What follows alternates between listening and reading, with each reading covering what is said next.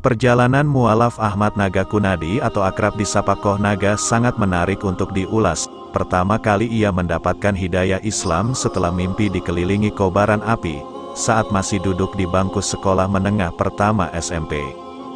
Koh Naga menceritakan proses belajar agama Islam sebelum memutuskan menjadi mualaf. Ia sering membaca buku tentang Islam, seperti tentang Allah Subhanahu wa Ta'ala, hari kiamat, hingga dasar-dasar penguatan iman serta takwa sebagai seorang muslim. Lebih lanjut, kata Koh Naga, dirinya telah belajar mengaji atau membaca Al-Quran.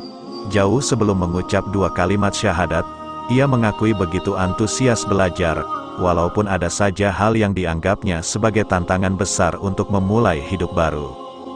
Pertama kali Koh Naga belajar membaca Al-Quran pada 2001. Tepatnya 1 tahun sebelum menjadi mualaf, dia meminta salah seorang karyawannya untuk mengajarinya membaca kitab Iqra. Jadi saya belajar ngaji itu walaupun belum muslim, ungkap pengurus Masjid Lauze itu. Akhirnya Koh Naga belajar membaca Al-Quran dibimbing salah satu karyawannya tersebut. Berkat semangat belajar membaca Al-Quran, ia bisa menuntaskan kitab Iqra 1 hingga 6, bahkan lancar menghafal surat-surat pendek Al-Quran, hanya dalam jangka waktu 5 hari saja. Kesungguhannya itu membuat Koh Naga makin antusias menjadi mualaf.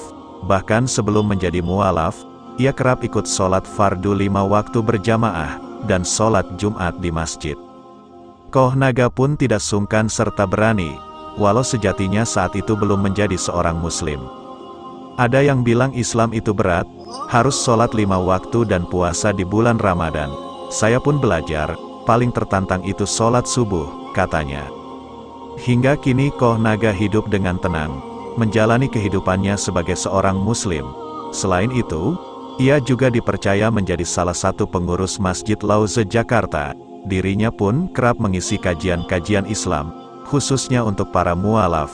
Inilah sekilas kisah mualaf Koh Naga, tekun belajar Al-Quran dan sholat sebelum masuk Islam.